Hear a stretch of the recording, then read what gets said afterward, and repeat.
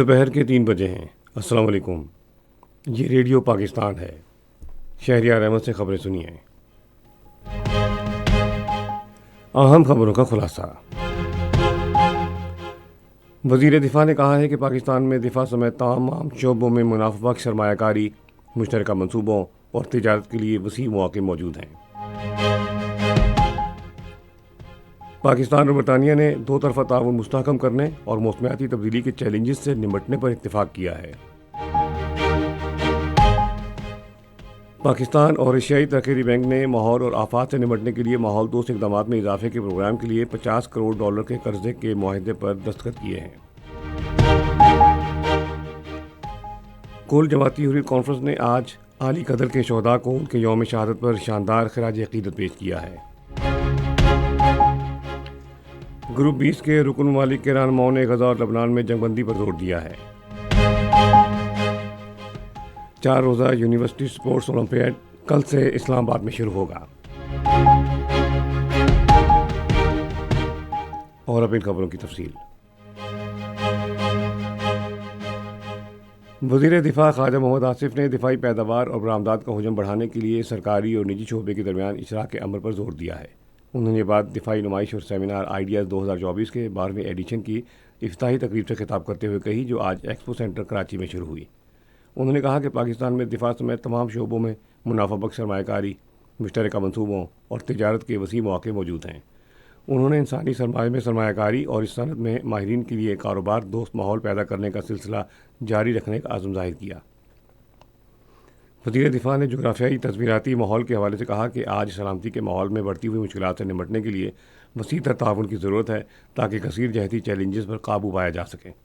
انہوں نے کہا کہ پاکستان ایک ذمہ دار ریاست کی حیثیت سے ہمیشہ عالمی امن و استحکام کے لیے کردار ادا کرنے کے لیے پرعزم ہے۔ جنوبی ایشیا کی جغرافیائی تصویراتی تبدیلی کے حوالے سے انہوں نے کہا کہ علاقائی ممالک کا مؤثر تعاون علاقائی امن، سلامتی اور سماجی اور اقتصادی ترقی کے حصول کے لیے ناگزیر ہے۔ پاکستان اور برطانیہ نے دو طرفہ تعاون مستحکم کرنے اور موسمیاتی تبدیلی کے چیلنجز سے نپٹنے پر اتفاق کیا ہے۔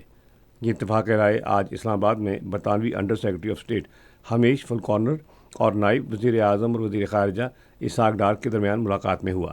انہوں نے علاقائی اور باہمی دلچسپی کے دو طرفہ امور پر تبادلہ خیال کیا۔ اسحاق ڈار نے برطانیہ کے ساتھ روایتی طور پر خوشگوار تعلقات کو مزید مضبوط بنانے کی پاکستان کی خواہش کا اعادہ کیا۔ پاکستان اور ایشیائی ترقیاتی بینک نے آج climate and disaster resilience enhancement programme کے حوالے سے $50 کروڑ کے قرض کے ایک تاریخی معاہدے پر دستخط کیے ہیں۔ سیکرٹری وزارت اقتصادی امور ڈاکٹر کاظم نیاز اور country director Pakistan resident mission ایشیائی ترقیاتی بینک MFN نے آج اسلام آباد میں ایک تقریب میں معاہدے پر دستخط کیے۔ اس معاہدے کے حوالے سے وزارت اقتصادی امور کو رضامندی دیتے ہوئے وفاقی وزیر چیمہ نے کہا کہ معاہدے پر دستخط سے ماحولیاتی تبدیلی کے اقدامات کو ترجیح دینے اور خطرات سے نمٹنے کی سوچ استعمال کرتے ہوئے آفات کا خطرہ کم کرنے کے لیے پاکستان کے عزم کا اظہار ہوتا ہے۔ وزیر داخلہ محسن نقوی نے آج اسلام آباد میں جمعیت علماء اسلام کے سربراہ مولانا فضل الرحمان سے ملاقات کی۔ ملاقات میں انہوں نے باہمی دلچسپی کے امور اور ملک کی مجموعی صورتحال پر تبادلہ خیال کیا۔ وزیر داخلہ نے 26ویں آئینی ترمیم کی منظوری میں مولانا فضل الرحمان کے کردار پر ان کا شکریہ ادا کیا۔ انہوں نے کہا کہ مولانا فضل الرحمان نے ملکی مفاد کو ہمیشہ مقدم رکھا ہے۔ JUI کے سربراہ نے کہا کہ پاکستان اور اس کے عوام ہماری پہلی اور اولین ترجیح ہیں۔ یہ خبریں آپ ریڈیو پاکستان سے سن رہے ہیں۔ پنجاب حکومت نے وزیر اعلیٰ ڈائلیسس پروگرام کارڈ کی منظوری دے دی ہے۔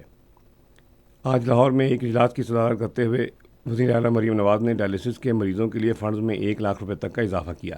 انہوں نے گردے کے ہر مریض کے ڈائلیسس کے عمل کو ہر صورت جاری رکھنے کی ہدایت کی۔ انہوں نے کہا کہ فنڈز کی کمی کی وجہ سے ڈائلیسس کے عمل کو روکنا ناقابل قبول ہے۔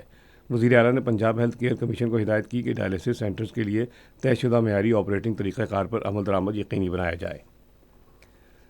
خصوصی سرمایہ کاری سہولت کونسل کی کاوشوں سے پاکستان کی ترسیلات زر میں 24% کا نمایاں اضافہ ہوا ہے۔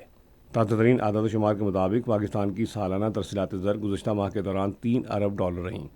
گزشتہ ماہ کے دوران سعودی عرب سے $76 کروڑ 60 لاکھ سے زائد، متحدہ عرب امارات سے $62 کروڑ سے زائد اور برطانیہ سے $42 کروڑ سے زائد کی ترسیلات زر موصول ہوئیں۔ پاکستانی ترسیلات زر میں تواتر کے ساتھ اضافے سے حسابات جاریہ کے خسارے پر قابو پانے میں مدد ملے گی اور زر مبادلہ کے ذخائر اور معاشی استحکام میں بہتری اور ترقیاتی منصوبوں پر کام کی رفتار میں تیزی آئے گی۔ ترسیلات زر میں اضافے کا سبب اعداد و شمار کی ڈیجیٹائزیشن اور بیرون ملک مقیم پاکستانیوں کی تعداد میں اضافہ ہے۔ مسلح افواج کے دندان سازی کے ادارے نے راولپنڈی میں پاکستان کی پہلی آپریٹو ڈینٹسٹری اور اینڈوڈونٹکس کانفرنس کا افتتاح کیا۔ Surgeon general medical services lieutenant general Arshad Nadeem اور میجر جنرل ندیم احمد رانا کی سرپرستی میں منعقد ہونے والی کانفرنس کا مقصد آپریٹو ڈینٹسٹری اور اینڈوڈونٹکس کے شعبے میں جدید تحقیق کو فروغ دینا ہے۔ دنیا بھر سے محققین، پریکٹیشنرز اور ماہرین نے کانفرنس میں شرکت کی اور عملی مہارتوں میں بہتری اور حالیہ سائنسی تحقیق پر تبادلہ خیال کیا گیا۔ یہ کانفرنس پاکستان میں دندان سازی کی ترقی کے لیے ایک اہم سنگ میل ثابت ہوگی، جبکہ شرکاء کو مستقبل میں شراکت داری کے لیے مواقع فراہم ہوں گے۔ اقوام متحدہ نے ایک قرارداد کی منظوری دی ہے جس میں کشمیریوں کے لیے حق خود ارادیت کے حصول کے لیے عالمی عزم کی تجدید کی گئی ہے، جو ابھی تک غیر ملکی اور غیر قانونی تسلط کا شکار ہیں۔ اقوام متحدہ میں پاکستان کے مستقل نمائندے منیر اکرم کی جانب سے پیش کی گئی قرارداد کو، جس کی 65 ممالک نے مشترکہ حمایت کی، جنرل اسمبلی میں رائے شماری کے بغیر ہی منظور کر دیا گیا۔ قرارداد میں، جس کی پاکستان 1981 سے حمایت کر رہا ہے، ان افراد کی طرف سے عالمی توجہ مبذول کرائی گئی ہے جو اپنے ناقابل تنسیق حق خود ارادیت کے لیے ابھی تک جدوجہد کر رہے ہیں، جن میں فلسطینی اور کشمیری شامل ہیں۔ کل جماعتی حریت کانفرنس نے کشمیریوں کے حق خود ارادیت کی جدوجہد میں ان کی قربانیوں کو سراہتے ہوئے عالی قدر سری نگر کے شہداء کو شاندار خراج عقیدت پیش کیا۔ کشمیر میڈیا سروس کے مطابق 1992 میں آج ہی کے دن بھارتی فورسز نے سری نگر کے علاقے علی قدر میں ممتاز نوجوان مزاحمتی رہنما شیخ عبدالحمید اور ان کے ساتھیوں کو شہید کر دیا تھا۔ ان کی میراث کی یاد میں کل جماعتی حریت کانفرنس کے ترجمان نے علی قدر کے شہداء کی قربانیوں کو سراہتے ہوئے اس پر بات زور دیا کہ ان کی بے مثال خدمات ہمیشہ کشمیری عوام کے دلوں میں نقش رہیں گی۔ گروپ 20 کے رکن ممالک کے رہنماؤں نے محصور فلسطینیوں کے لیے امداد کی فراہمی فوری بڑھانے کی ضرورت پر زور دیا ہے۔ برازیل کے شہر ریو ڈی جنیرو میں منعقدہ سربراہ کانفرنس کے بعد جاری کیے گئے مشترکہ اعلامیے میں رہنماؤں نے لوگوں کی مشکلات اور جنگ کے منفی اثرات کو بھی اجاگر کیا اور مسئلے کے دو ریاستی حل پر زور دیا۔ انہوں نے غزہ اور لبنان میں جامع جنگ بندی کی حمایت کی تاکہ بلیو لائن کے دونوں جانب شہری اپنے گھروں کو بحفاظت واپسی یقینی بنا سکیں۔ Chairman prime minister youth program Rana Mashhood Ali Khan نے کہا ہے کہ 4 روزہ یونیورسٹی سپورٹس اولمپیاڈ کل سے اسلام آباد میں شروع ہوگا۔ آج اسلام آباد میں ایک نیوز کانفرنس سے خطاب کرتے ہوئے انہوں نے کہا ہے کہ اس میگا ایونٹ میں ملک بھر سے 3000 سے زائد کھلاڑی اور ایتھلیٹس حصہ لیں گے۔ رانا مشہود علی خان نے کہا کہ اس ایونٹ کا مقصد نوجوانوں کو کھیلوں کی سرگرمیوں میں فعال طور پر شامل کرنا ہے۔ انہوں نے کہا کہ اس سے باصلاحیت افراد اور کھلاڑیوں کی شناخت میں بھی مدد ملے گی۔ انہوں نے کہا کہ پرائم منسٹر یوتھ پروگرام کے تحت حکومت کھیلوں سمیت مختلف شعبوں میں ہمارے نوجوانوں کی استعداد کار بڑھانے کے لیے بھرپور کوششیں کر رہی ہے۔ رانا مشہود نے تقریب کے انعقاد کے لیے وزارت اطلاعات و نشریات، HEC اور اسلام آباد انتظامیہ کے تعاون کو سراہا۔ موسم۔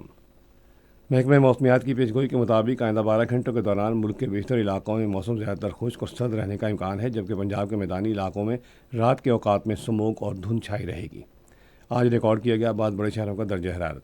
اسلام آباد اور Lahore 25 degree centigrade, Karachi 32، Peshawar 24، Quetta 20، Gilgit 18، Murree 15، Muzaffarabad 21، سری نگر 14، جموں 24 اور لیہ 3 ڈگری سینٹی گریڈ رہا۔ اہم خبروں کا خلاصہ ایک مرتبہ پھر سن لیجیے۔